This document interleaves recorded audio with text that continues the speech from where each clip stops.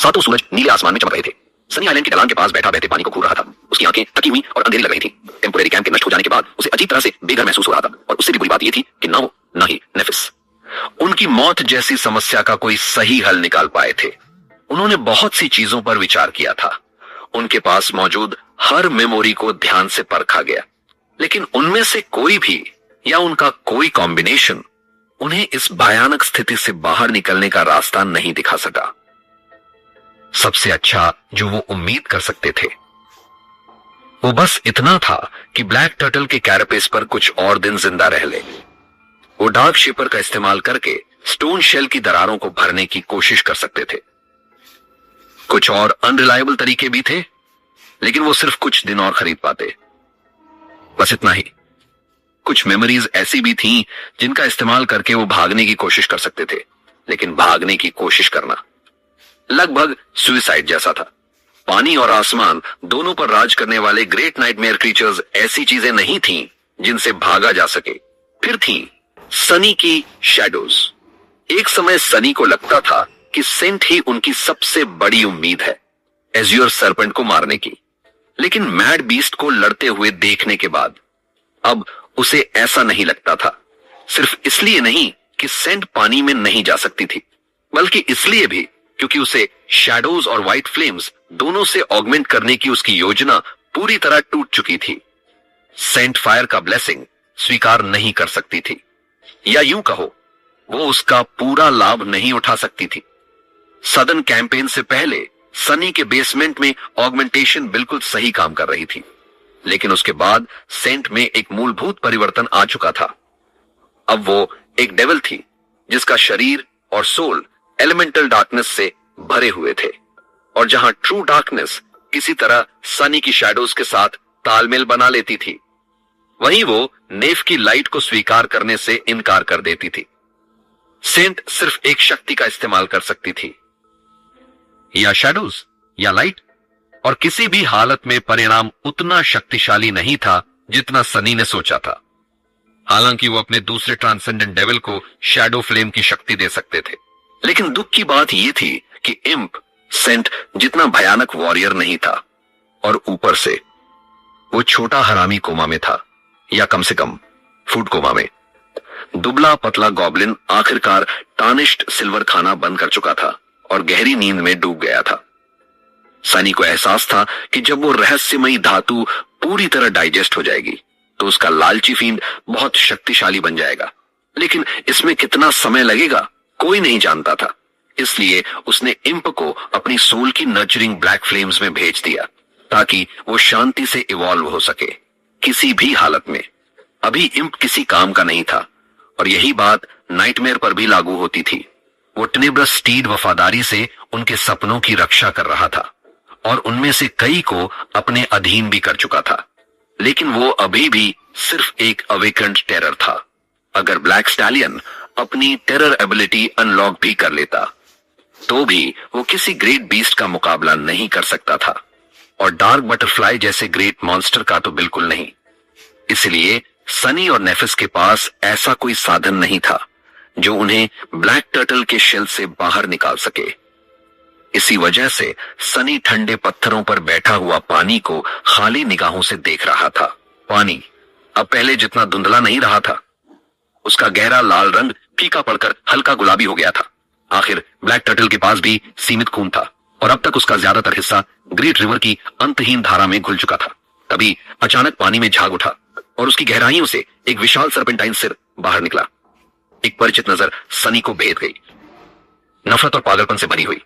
Azure serpent बहुत बुरी हालत में दिख रहा था, जैसे ब्लैक टर्टल की लाश जो कभी भव्य और अटूट लगती थी अब खोखली और दयनीय बन चुकी थी।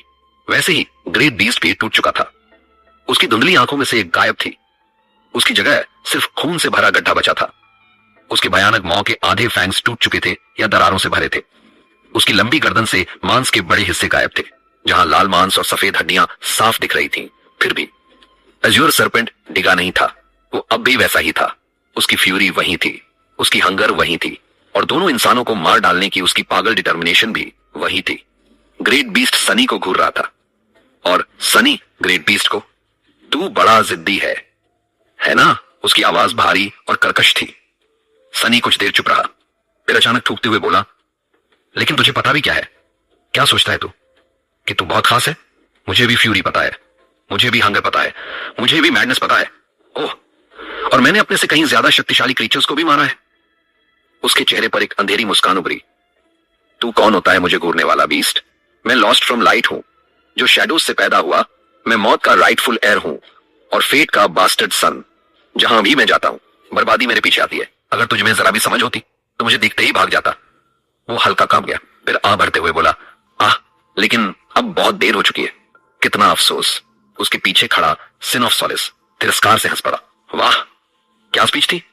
तू है क्या कोई एट ग्रेडर? उस इल्यूजन को नजरअंदाज करते हुए सनी ने नजरें फेर ली और खड़ा हो गया। आइलैंड छोड़ने का सिर्फ एक ही रास्ता था। वो ये बात बहुत समय से जानता था, लेकिन उसे स्वीकार करने से बच रहा था। हालांकि अब खुद से झूठ बोलने का समय खत्म हो चुका था। अब सच का समय था, चाहे वो कितना भी भयानक और डरावना क्यों ना हो। डार्क आइलैंड के टूटते हुए लैंडस्केप के बीच चलते हुए सनी को नेफिस मिल गई। सब कुछ होने के बावजूद वो अब भी अपनी स्वॉर्ड प्रैक्टिस कर रही थी। घातक ब्लेड और उसकी मालिक दोनों बेहद खूबसूरत थे। ग्रेट रिवर की दुनिया भी ऐसी ही थी, सुंदर और घातक।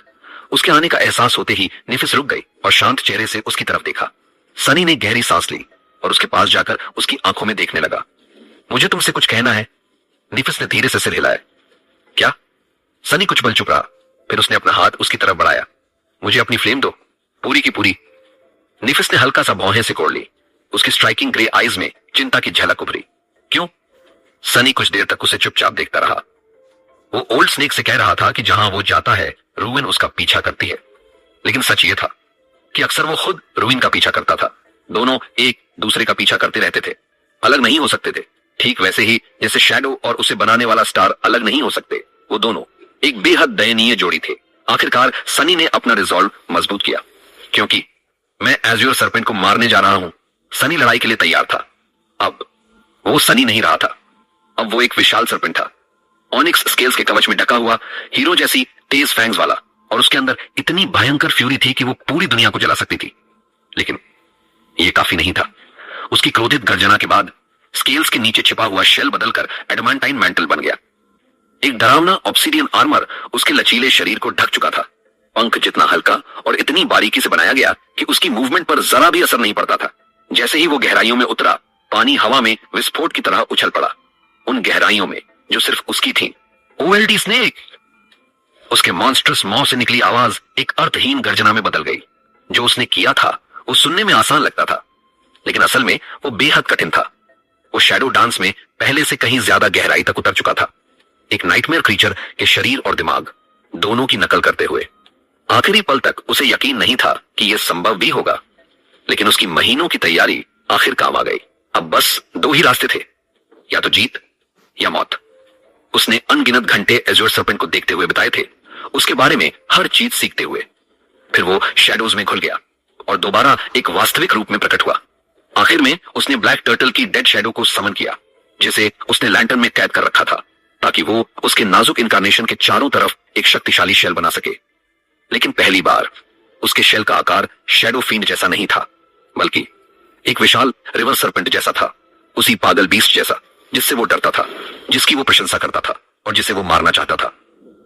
बेशक ये शैडो शेल असली क्रीचर की बराबरी नहीं कर सकता था।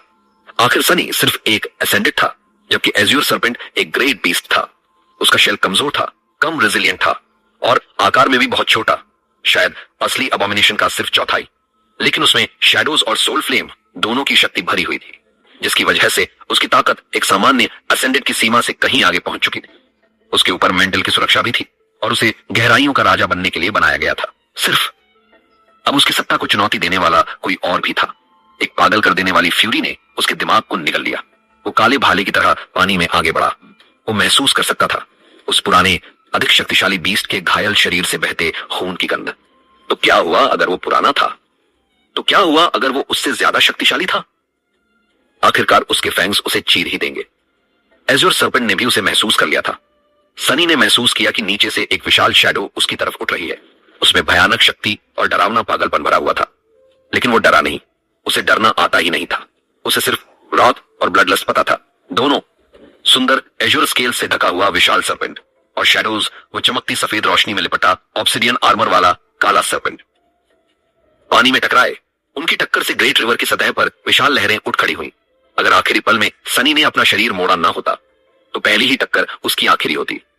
उसने एज्योर सर्पेंट के घातक मौत से बचते हुए उसके पेट के नीचे गोता लगा दिया। उसे खुद को याद दिलाना पड़ा कि वो लॉस्ट फ्रॉम लाइट है। वो कोई माइंडलेस नाइटमेयर क्रीचर नहीं था, वो कोई बीस्ट नहीं था। वो चालाक था, संसाधनपूर्ण था और बेहद स्किल्ड था। उसके पास एक मास्टर वॉरियर की बैटल सेंस थी और एक टायरेंट की शक्तिशाली सोल। ये एक अजीब एहसास था, पूरे दिल से ये मानना कि वो सच में एक सर्पेंट है और साथ ही ये जानना कि वो कुछ और भी है। इस डांस में खुद को खो देना बहुत आसान था, लेकिन उसका ट्रू नेम एक बीकन की तरह था जो उसे वापस खुद तक ले आता था। सनी समझता था कि अगर उसे जिंदा रहना है तो खुद को याद रखना होगा। उसका ये रूप बेहद शक्तिशाली था, शायद किसी सेंट के ट्रांसेंडेंट फॉर्म जितना। उसे महसूस हो रहा था कि शैडो डांस के चौथे स्टेप को रोकने वाली बाधाएं टूट रही हैं। वो अपनी असीम पशुवत ताकत महसूस कर सकता था, लेकिन एजर सर्पेंट के सामने वो ताकत लगभग मजाक जैसी थी। ग्रेट बीस्ट का शरीर चाहे कितनी भी भयानक चोटों से भरा हो, फिर भी वो उससे अनंत गुना शक्तिशाली था। इसीलिए अगर सनी को जीतना था तो उसे चालाक, धैर्यवान और होश में रहना था, और साथ ही उसे पागल फ्यूरी में डूबा हुआ भी होना था। उसे अपनी उस पागल फ्यूरी को नियंत्रित करके एक ठंडी और निर्दयी तलवार बनाना था। सनी ने अपने सर्पेंट जैसे शरीर को मोड़ा, एंशिएंट अबॉमिनेशन के मौत से बचा और उसके गले के खुले घाव में अपने फैंग्स गड़ा दिए, लेकिन वो सिर्फ एक पल के लिए था। मांस का टुकड़ा नोचने की कोशिश छोड़कर वो तुरंत ऊपर की तरफ हट गया, और ये बिल्कुल सही समय था क्योंकि अगले ही पल लिवियाथैन के जॉज उसके पीछे सिर्फ 1 मीटर की दूरी पर बंद हुए। दोनों गहराइयों से ऊपर उठते हुए लगातार भिड़ते रहे। एज्योर सर्पेंट कहीं बड़ा था, ज्यादा शक्तिशाली था और डरावनी तरह से दबदबा रखने वाला था। काला सर्पेंट छोटा था लेकिन कहीं ज्यादा फुर्तीला। वो उस भयानक बीस्ट के चारों तरफ घूमता और मौका मिलते ही लगातार विशियस बाइट्स मारता, लेकिन लिवियाथन के जॉज में फंसे बिना भी। सनी को भारी नुकसान हो रहा था। जब उनके शरीर एक दूसरे से टकराते तो मेंटल का बड़ा हिस्सा टूटकर बिखर जाता। नीचे की शैडोज कांप उठती, शेल की अंदरूनी संरचना टूटने लगती। एज्योर सर्पेंट के विशाल शरीर से उठती वायलेंट करंट्स उसकी स्पीड कम कर रही थी और उसकी डॉर्सल फिन ने उसके डार्क फ्लैश को चीर डाला। उसका शेल शैडोज बहा रहा था, उसकी एसेंस जल रही थी। उसका दिमाग दर्द और पागलपन में डूब रहा था। मोर, मोर, मोर, ये जानते हुए भी कि इसकी कीमत उसकी जान हो सकती है। सनी के अंदर दुश्मन के मांस को चीरकर कभी ना छोड़ने की इच्छा उठ रही थी। उसे फाड़ देना था, निगल जाना था, नष्ट कर देना था, लेकिन इसके बजाय वो पूरी क्लैरिटी और स्किल के साथ एज्योर सर्पेंट के हमलों से बचता रहा और मौका मिलते ही हेटेड और फ्यूरी के साथ हमला करता रहा। साथ ही धीरे धीरे ग्रेट बीस्ट को ऊपर की तरफ खींचता रहा। आखिरकार दोनों पानी की सतह तोड़कर बाहर निकले और फिर गिर गए। दोनों सूरज डूब चुके थे और नदी अभी चमकना शुरू नहीं हुई थी। पूरी दुनिया कांपते अंधेरे में डूबी हुई थी। एक दबी हुई गर्जना के साथ सनी ने एज्योर सर्पेंट के फैंग से बचते हुए उसके चिथड़े हुए शरीर के खुले घाव में काटने की कोशिश की, जहां सफेद हड्डी दिखाई दे रही थी। लेकिन उससे पहले ही पागल बीस्ट की टेल एक विनाशकारी बैटरिंग रैम की तरह उससे टकराई। मेंटल के टुकड़े हवा में उड़ गए और उसकी सोल में दर्द की चमकती हुई बिजली दौड़ गई। सनी वाली आवाज के साथ पानी में गिरा और सफेद झाग का विशाल फव्वारा आसमान में उठ गया। एज्योर सर्पेंट ने पागलों जैसी गुर्राहट निकाली और उसकी तरफ झपटा, उस नफरत भरे कीड़े को बीच से काट डालने के लिए। लेकिन उससे पहले ही अंधेरे से 2 एरोज नीचे गिरे, एक काला एक सफेद, और दोनों उसकी फ्लैश में धंस गए। सेंट और नीफिस अब लड़ाई में शामिल हो चुकी थी। Chapter 1 1277 fourth step. सनी ने एज्योर सर्पेंट को सरफेस तक खींचने के लिए बहुत सफरिंग झेली थी, लेकिन उसके पीछे एक सॉलिड रीजन था, नहीं 2 रीजंस, सेंट और नेफिस। हालांकि वो दोनों पानी में उस अबोमिनेशन से सनी जितनी एफिशिएंटली नहीं लड़ सकती थी, फिर भी वो बैटल में इंपॉर्टेंट रोल निभा सकती थी। बस सनी को उनके लिए एक मौका बनाना था और उसने बना दिया था। जब दर्द से उसका शरीर कांप रहा था, तभी 2 एरोज उस रेजिंग लिवियथन पर आकर लगे। पहला एरो पूरी तरह काला था, जैसे प्योर डार्कनेस से बनाओ, और सच में वैसा ही था। सेंट का एरो सीधे एज्योर सर्पेंट की बची हुई एकमात्र आंख में जा धंसा। यह रात का सबसे अंधेरा समय था, इसलिए उसकी शक्ति अपने पीक पर थी, और सबसे बड़ी बात, उसका पहला शॉट एन्चांटमेंट से एम्पावर्ड था, इसलिए उसने मैक्सिमम डैमेज दिया।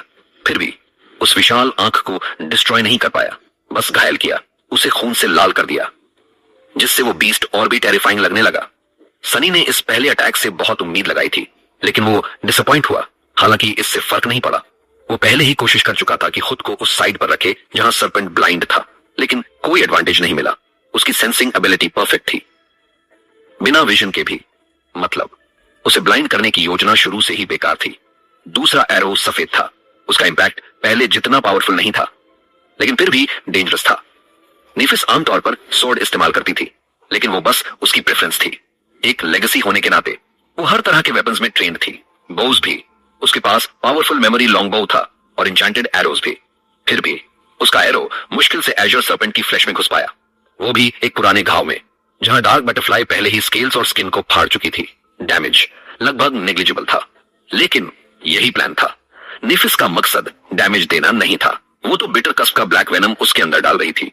हर एरोहेड पॉइजन से कोटेड था। एक डोज का कोई खास असर नहीं, लेकिन 10, 20, 30 शायद उसे वीक कर दे। सनी को उनसे यह उम्मीद नहीं थी कि वो बीस्ट को मार देंगे, क्योंकि सारी शैडोज और पूरी सोल फ्लेम सिर्फ उसी को ऑगमेंट कर रही थी। वही एक था जो रियल डैमेज दे सकता था। लेकिन सेंट और नेफिस का काम था उसे डिस्टर्ब करना, वीकन करना, ताकि सनी फाइनल स्ट्राइक दे सके। और प्लान काम कर रहा था। दोनों एरोज ने उसे सीरियसली हर्ट नहीं किया, लेकिन उसे एक पल के लिए डिस्ट्रैक्ट कर दिया, और वही एक पल काफी था। सनी ने अपनी सोल के दर्द को झटका और अपने शेल को थोड़ा रिपेयर किया।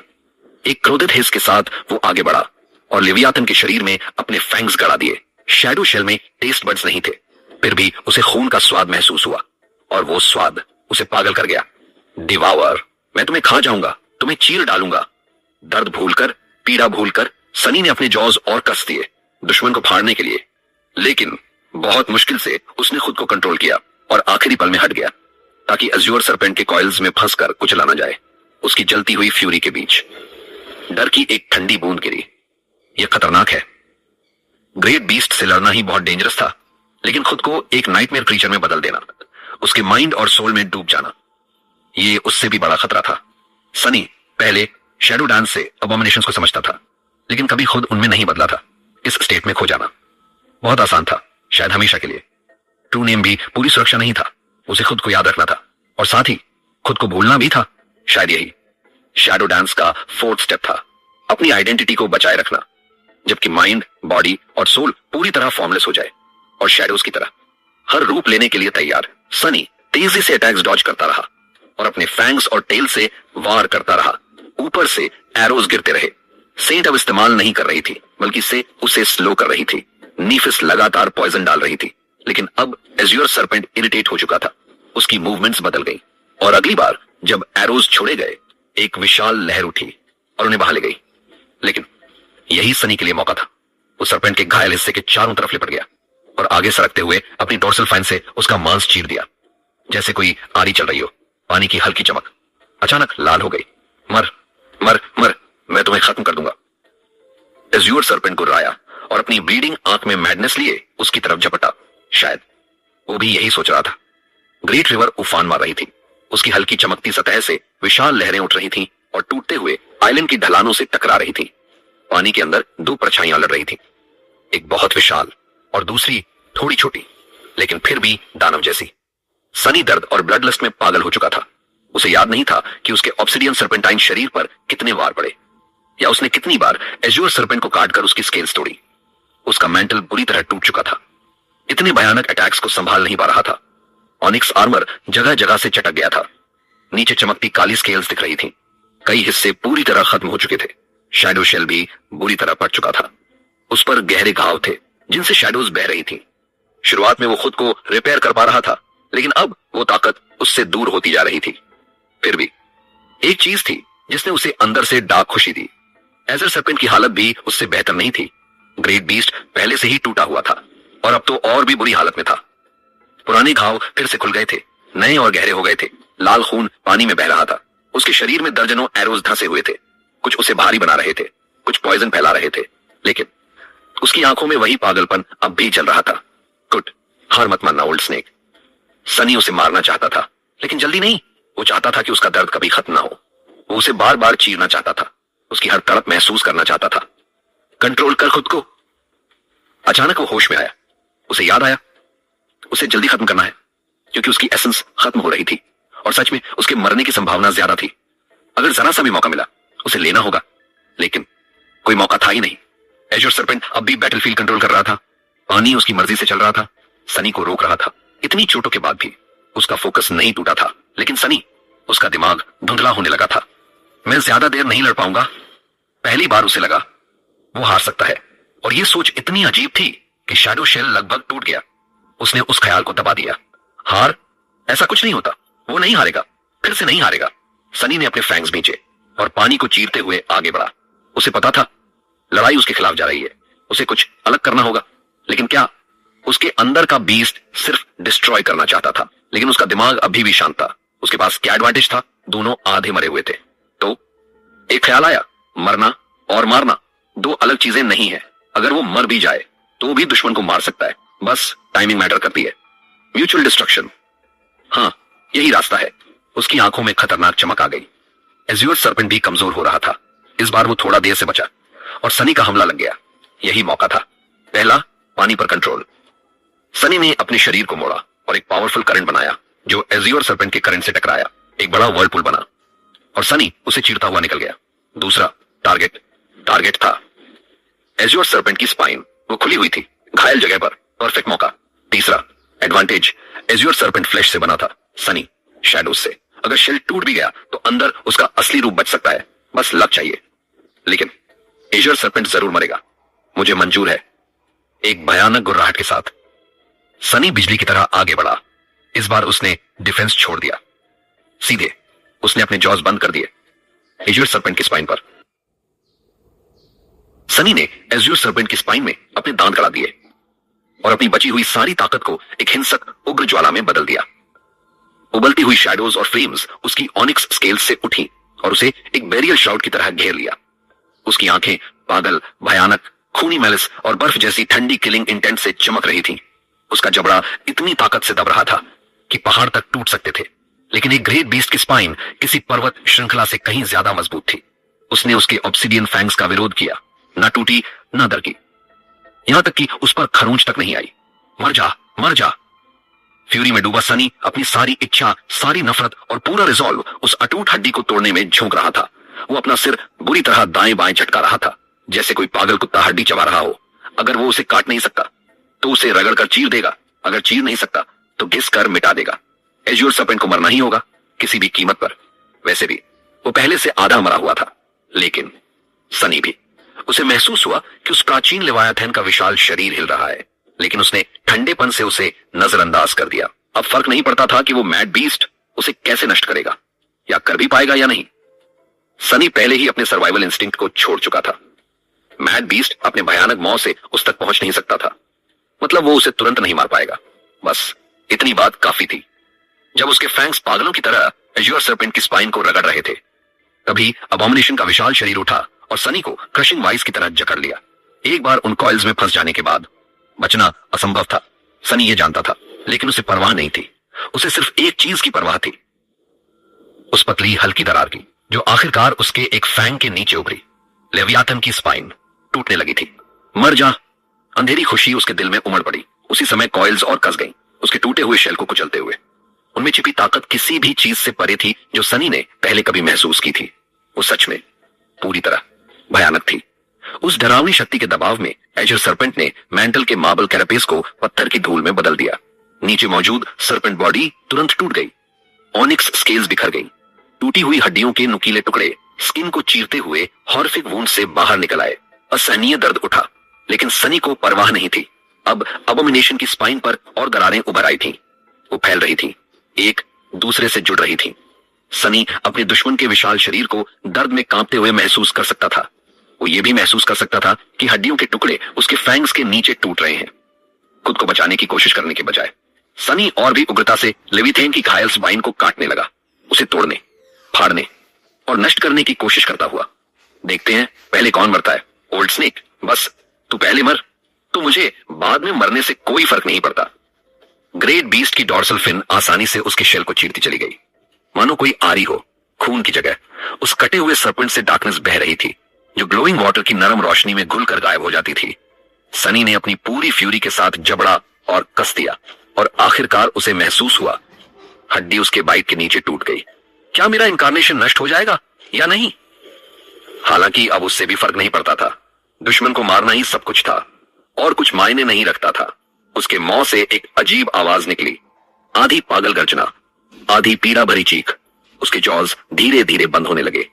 उसी समय उसके शरीर को पहुंचा नुकसान अब कैटास्ट्रोफिक स्तर तक पहुंच चुका था। हर हिसाब से उसका शेल अब तक टूट जाना चाहिए था, लेकिन सनी खुद को इतना गहराई से सरपेंट मान चुका था कि उसका पूर्ण विश्वास अब भी उसे जोड़े हुए था।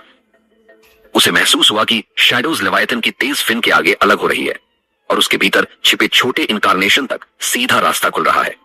मौत तेजी से करीब आ रही थी, लेकिन उसी समय उसे महसूस हुआ कि एजर सरपेंट की स्पाइन टूट रही है। उसके फैंग्स मीठे मैरो तक पहुंच चुके थे। मैड बीस्ट दर्द में तड़पा और अंधी पीड़ा से भरी गर्जना की, लेकिन सनी की तरह उसे भी सरेंडर करना नहीं आता था। उसके दिमाग में सिर्फ हत्या थी और इसलिए उसकी कॉइल्स और भी कस गई, नफरत भरे वर्म को कुचलती और काटती हुई। बस कुछ ही पल बचे थे जब सनी का असहाय शैडो फॉर्म नष्ट हो जाता। मौत, उसे नहीं पता था कि उसने अपने दुश्मन की मौत को पुकारा था या अपनी। एक पल के लिए उसके टूटे हुए शरीर से निकलती शैडो फ्लेम अचानक भयानक इंटेंसिटी से भड़क उठी। सनी के दिमाग में सब कुछ गायब हो गया, सिर्फ एक चीज बची, दुश्मन को मार डालने का अटल रिजॉल्व। उसका जबड़ा एक बहरे कर देने वाली आवाज के साथ बंद हुआ और अगले ही पल सिर्फ दर्द बचा। सनी ने अपनी साइट खो दी, अपनी हीरिंग खो दी, अपनी स्मेल, अपना टच, यहां तक कि शैडो सेंस भी गायब हो गया। अब वो एक खाली एबिस में था जहां सिर्फ एगनी मौजूद थी। उसके सारे विचार जल गए, उसकी सारी अवेयरनेस दर्द में डूब गई। आह आह, वो चीख भी नहीं सकता था क्योंकि वो भूल चुका था कि चीखते कैसे हैं। लेकिन इन सब के बावजूद वो संतुष्ट था, वो रोमांचित था, वो खुश था। मैंने उसे मार दिया है ना? ये जानने का कोई तरीका नहीं था, लेकिन तभी जैसे उसकी कमजोर प्रार्थना का जवाब देते हुए एक परिचित आवाज फुसफुसाई। फुसफुसाहट उसकी सूल में बहती चली गई। जब अंधेरा उसके दिमाग पर छाने लगा, डार्क आइलैंड उग्र लहरों के हमले से डोल रहा था और रेजिंग वाटर में दो टूटे हुए सिलुएट्स दिखाई दे रहे थे, धीरे धीरे एक दूसरे से दूर जाते हुए। उनमें से एक, बड़ा वाला, उसकी गर्दन पर भयानक घाव था। उसकी स्पाइन पूरी तरह टूट चुकी थी, उसका सिर लगभग अलग हो चुका था। लिवियातन की घायल आंख में भरा पागलपन का अग्नि धीरे धीरे बुझ रहा था, लेकिन मौत में भी उसकी नजर अपने दुश्मन पर टिकी हुई थी। एज्योर सरपेंट का शरीर धीरे धीरे ग्लोइंग वाटर्स की सुंदर चमक में गायब होता हुआ गहराइयों में डूब रहा था। दूसरा छोटा सिलुएट पहचान से परे कटा और टूटा हुआ था। ऑनिक्स बीस्ट का सर्पेंटाइन बॉडी जगह जगह कटा हुआ था, पूरे शरीर पर भयानक वुंड्स खुले हुए थे। ऐसा लग रहा था जैसे वो किसी भी पल इंटेंजिबल शैडोज के झुंड में घुल जाएगा। लेकिन उससे पहले एक graceful figure fluttering white tunic पहने हुए आइलैंड की ऊंची ढलान से कूदी और रेजिंग वेव्स में उतर गई। उग्र करंट से लड़ते हुए नीफिस ने अपनी फ्लॉ के दर्द को सहा और ऑनिक्स सरपेंट की तरफ तैरने लगी। सनी दर्द के समुद्र में डूब रहा था। उसका दिमाग, या यूं कहो उसका जो थोड़ा हिस्सा बचा था, बहुत कमजोर और धुंधला हो चुका था। ऐसा लग रहा था कि वो किसी भी पल टूट जाएगा, लेकिन अभी तक टूटा नहीं था। असल में एक अच्छी बात भी थी, ये कि वो दर्द महसूस कर पा रहा था, मतलब वो अभी जिंदा था। और अगर वो जिंदा था तो इसका मतलब एज्योर सरपेंट मर चुका था, वरना वो अब तक सनी को खत्म कर चुका होता। मैं जीत गया। ये एक छोटी सी सांत्वना थी। दर्द इतना असहनीय था कि एक पल के लिए उसे मौत की इच्छा होने लगी, लेकिन सनी जिंदगी से बहुत ज्यादा जुड़ा हुआ था कि उसे यूं ही छोड़ दे। अगर बचने की सबसे छोटी संभावना भी होती तो वो पूरी ताकत से उससे चिपक जाता। पहले वो ऐसा सिर्फ जिद में करता था, लेकिन अब उसके पास ऐसी चीजें थीं जिन्हें वो चेरिश करता था, ऐसे लक्ष्य थे जिन्हें वो पाना चाहता था, वो सच में जीना चाहता था। ये आखिर हो क्या रहा है? स्पष्ट सोच बनाना मुश्किल था, लेकिन किसी तरह उसने अपनी हालत समझने की कोशिश की। अत्यधिक दर्द, सारी सेंसेस का खो जाना। वो शॉक में था। उसकी शैडो इनकारनेशन को इतना भारी नुकसान पहुंचा था कि उसकी सोल बुरी तरह घायल हो चुकी थी। मतलब क्या? उसे नहीं पता उसे क्या करना चाहिए था। क्या कुछ किया भी जा सकता था? बहुत दर्द हो रहा है। फिलहाल सनी ने बस दर्द सहने और अपने टूटते हुए दिमाग को संभाले रखने का फैसला किया।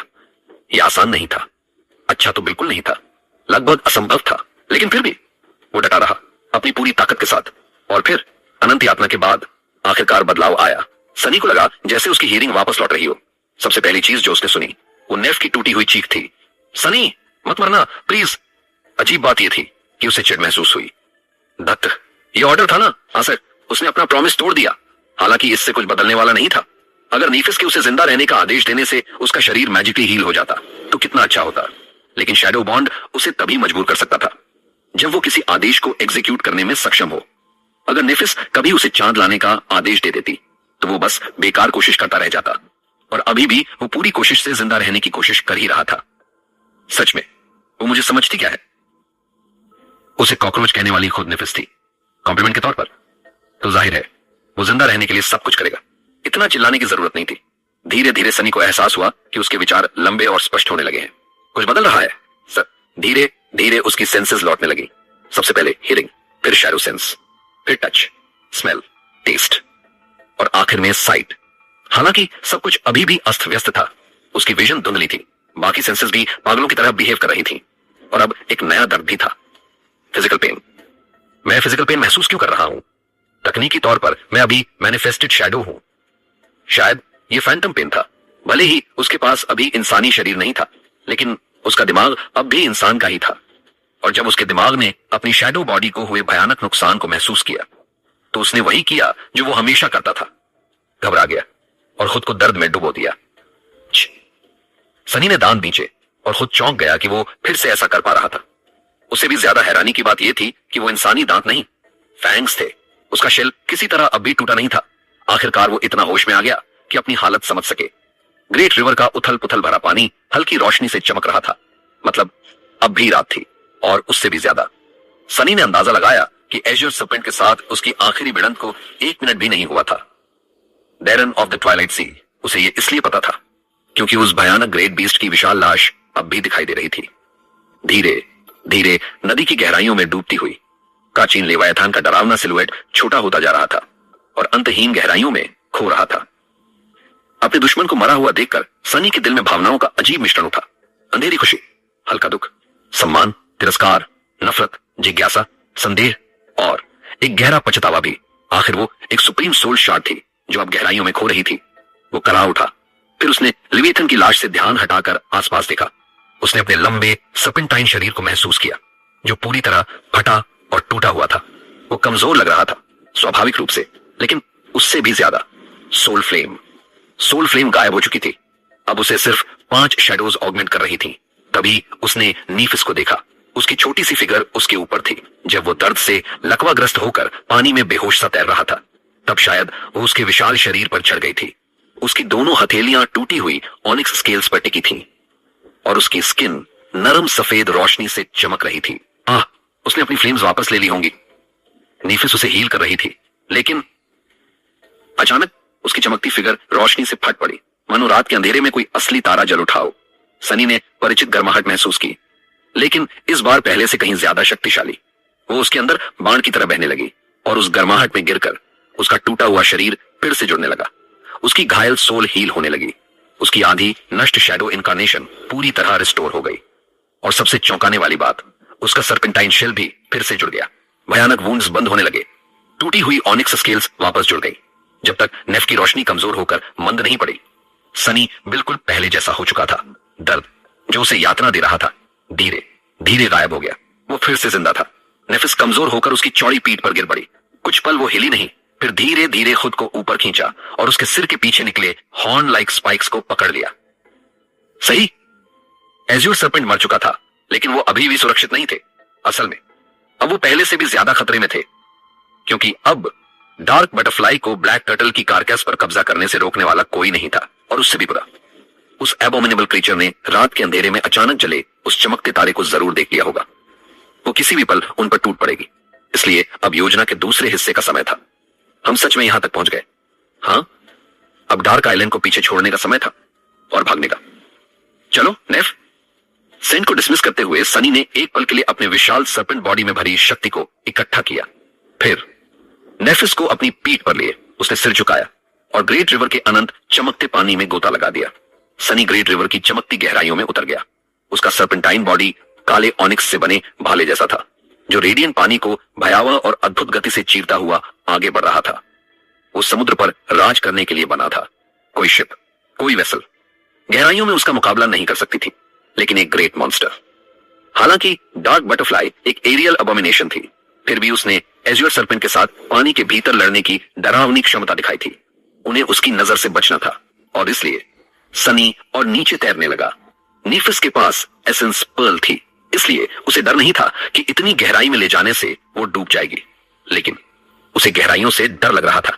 कौन जानता था कि ग्रेट रिवर के तल में क्या छिपा है? कैसे हॉरर्स वहां रहते होंगे? क्या वहां समय अस्तित्व में था? और अगर था तो किस तरह बहता था? सनी नहीं जानता था और वो अभी ये जानने के लिए तैयार भी नहीं था। उनकी बनाई हुई योजना सरल थी, इतना गहरा उतरना कि डार्क बटरफ्लाई उन्हें नोटिस न कर सके, फिर डाउनस्ट्रीम बहते हुए धीरे धीरे सरफेस की ओर लौटना। सनी को इसे बदलने की कोई वजह नहीं दिखी। जब ऑनिक्स सरपेंट अपनी हॉर्न्स को पकड़े एक नाजुक इंसानी फिगर के साथ बहती अबिस में नीचे उतर रहा था, तब डार्क आइलैंड धीरे धीरे दूर होता गया। उसका ओमिनस सिलुएट पानी की चमक में निगल लिया गया और जल्द ही चारों ओर सिर्फ चमकती हुई एम्प्टीनेस रह गई। सनी के दिल को एक अजीब मेलनकोली ने छुआ, लेकिन उसने खुद को मजबूत किया।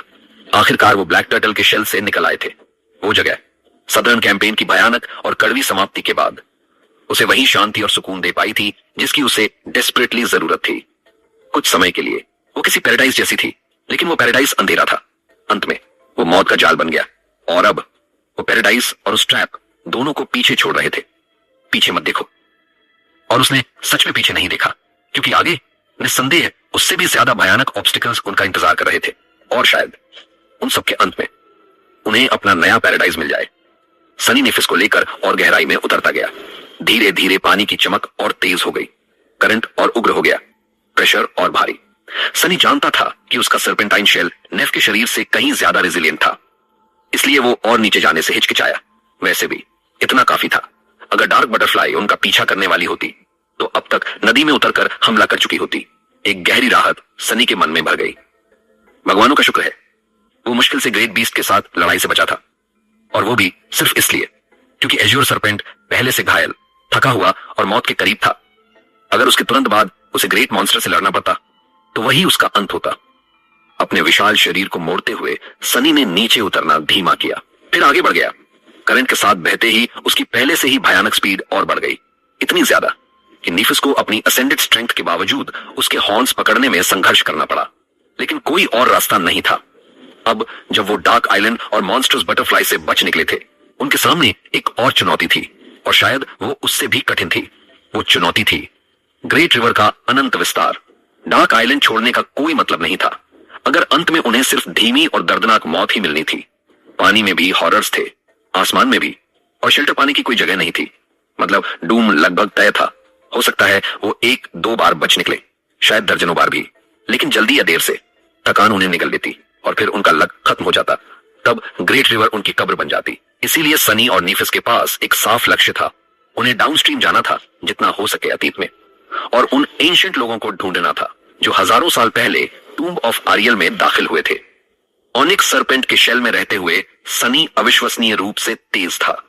वो थोड़े समय में बहुत बड़ी दूरी तय कर सकता था, इतनी कि ब्लैक टर्टल की कारकेस पूरा महीना बहकर भी उतनी दूर नहीं गई थी। लेकिन समस्या थी एसेंस।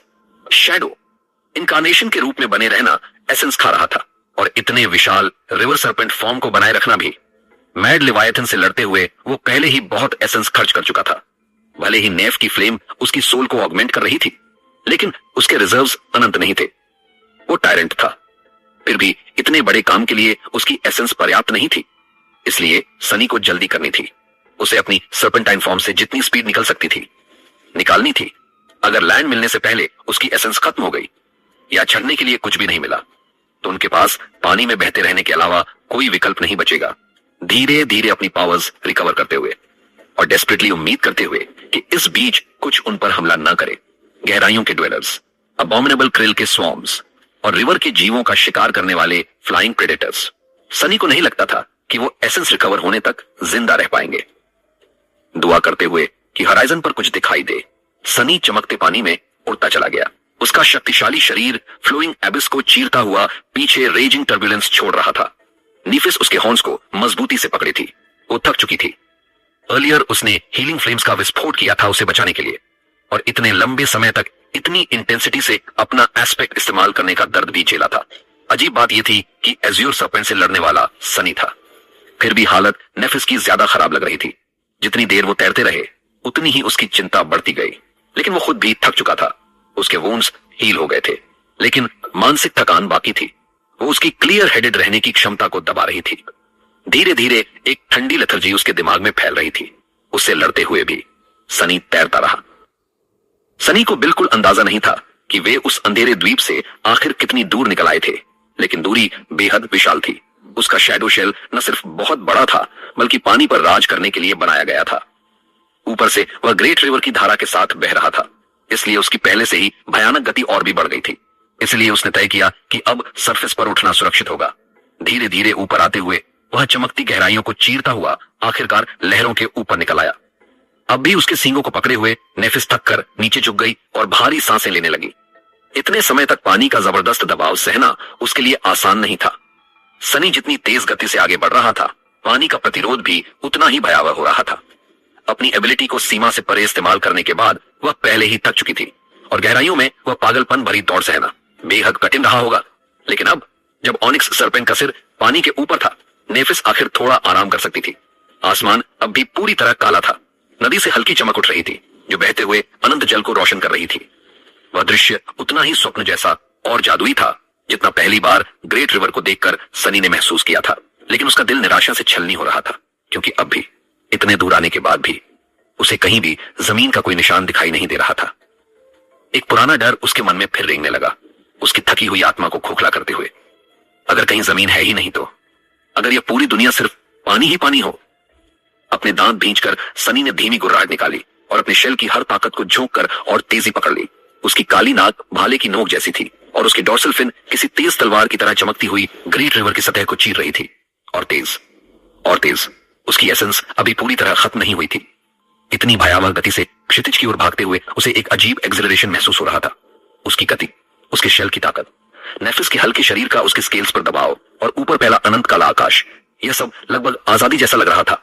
लेकिन उसी समय उसका दिल भय, चिंता और ड्रेड में डूब रहा था और जल्द ही उसका डर सच साबित हुआ। अचानक सनी को एक अशुभ आभास हुआ। उसने अपना सिर थोड़ा और ऊपर उठाया और अगले ही पल उसकी सांप जैसी आंखें सिकुड़ गईं। उनके सामने ग्रेट रिवर की सतह उबल रही थी। एक विशाल प्रिल स्वाम उनकी ओर बढ़ रहा था। लाखों करप्टेड बीस्ट्स का झुंड, जिनकी पागल भूख सिर्फ ऑनिक्स सरपेंट और उसके राइडर को जिंदा निकल जाने की थी।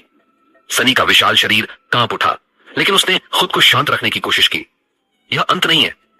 प्रिल स्वाम बेहद भयावह दुश्मन था, लेकिन उसकी असली ताकत उसकी संख्या में थी। उनके सामने जो रिवर लोकस्ट्स का सागर उमड़ रहा था, वह अब तक का सबसे विशाल स्वाम था। इतना बड़ा कि शायद एज्योर सरपेंट भी उसे रोक नहीं पाता। लेकिन एज्योर सरपेंट की तरह सनी किसी शिकार की रक्षा करने को मजबूर नहीं था। और ये लोकस्ट्स संख्या में चाहे कितने भी हों, व्यक्तिगत रूप से उतने शक्तिशाली नहीं थे। सबसे जरूरी बात, वे उतने तेज नहीं थे। अचानक तीखा मोड़ लेते हुए सनी पश्चिम की ओर मुड़ा और स्वाम के समानांतर भागने लगा। उसके विचार अब केवल एक आदिम इंस्टिंक्ट में बदल चुके थे, भागो। स्वाम और उसके बीच की दूरी तेजी से कम हो रही थी, फिर भी उसे रफ वाटर पैच का किनारा दिखाई नहीं दे रहा था। और जब आखिर उसे वह किनारा दिखा, तब तक बहुत देर हो चुकी थी। धत! नेफिस तुरंत उठी और अपनी तलवार समन कर ली, जबकि सनी सीधे क्रिल के समुद्र में घुस पड़ा। चारों ओर पानी उपन पड़ा, एक बैरियर बनाते हुए, लेकिन कई अबोमिनेशंस उसे पार कर गए। सनी के जबड़े बिजली की तरह बंद हुए। नेफिस की तलवार चमकी। कुछ क्षण बाद वे रिवर लोकस्ट्स की दीवार को चीरकर बाहर निकल आए। Sunny barely rough water patch के किनारे तक पहुंच पाया था और आखिर में उन्हें स्वाम के बीच से निकलना ही पड़ा। लेकिन अब उनके सामने ग्रेट रिवर फिर से साफ था। सनी अपनी पूरी ताकत से तैरता रहा, स्वाम को पीछे छोड़ते हुए। और तेज तेज तेज आखिरकार क्रिल बहुत पीछे छूट गए। नेफिस फिर तक कर झुक गई, कांपते हाथ से अपनी तलवार पकड़े हुए। लेकिन सनी के पास अब बहुत कम एसेंस बची थी। वे आगे बढ़ते रहे। फिर एक और स्वाम आया, उसके बाद गहराइयों से निकलता एक भयानक क्रीचर, फिर सड़ते सीवीड का विशाल जंगल, जिसके नीचे अचानक दर्जनों ग्रोटेस्क मॉस खुल गए। उसके बाद और भी काउंटलेस हॉरर्स, ऐसे पक्षियों के झुंड जिनके सूखे मांस में पर्ल्स उग रहे थे। इनविजिबल क्रीचर्स जो नदी को पल भर में एडमंटाइन आइस में बदल देते थे। और गहराइयों में जलती गोस्टली लाइट्स जो उनके मन में उनके पास जाने की पागल चाह भर देती थी। लेकिन सनी एक रिवर सरपेंट था, जल का सम्राट। उसका लंबा शरीर तेज, शक्तिशाली और अडिग था। उसने क्रिल को पीछे छोड़ा, सड़ते सीवीड को चीर डाला, पक्षियों से बचने के लिए गहराइयों में गोता लगाया, बर्फ तोड़ दी, गोस्टली लाइट्स के आकर्षण का विरोध किया। वह हर खतरे से बच निकला, लेकिन उसकी एसेंस खत्म हो रही थी। वह पूरी तरह थक चुका था। उसकी मानसिक शक्ति भी अपनी सीमा पार कर चुकी थी और अब भी कहीं जमीन नहीं थी। जब 7 सूरज धीरे धीरे क्षितिज से उभरे और अंधकार को पीछे धकेलने लगे, जब ग्रेट रिवर की चमक बुझ गई, तब तक सनी पूरी तरह टूट चुका था। अब यह इच्छा शक्ति का सवाल भी नहीं था, उसके पास देने के लिए कुछ बचा ही नहीं था। उसकी एसेंस पूरी तरह समाप्त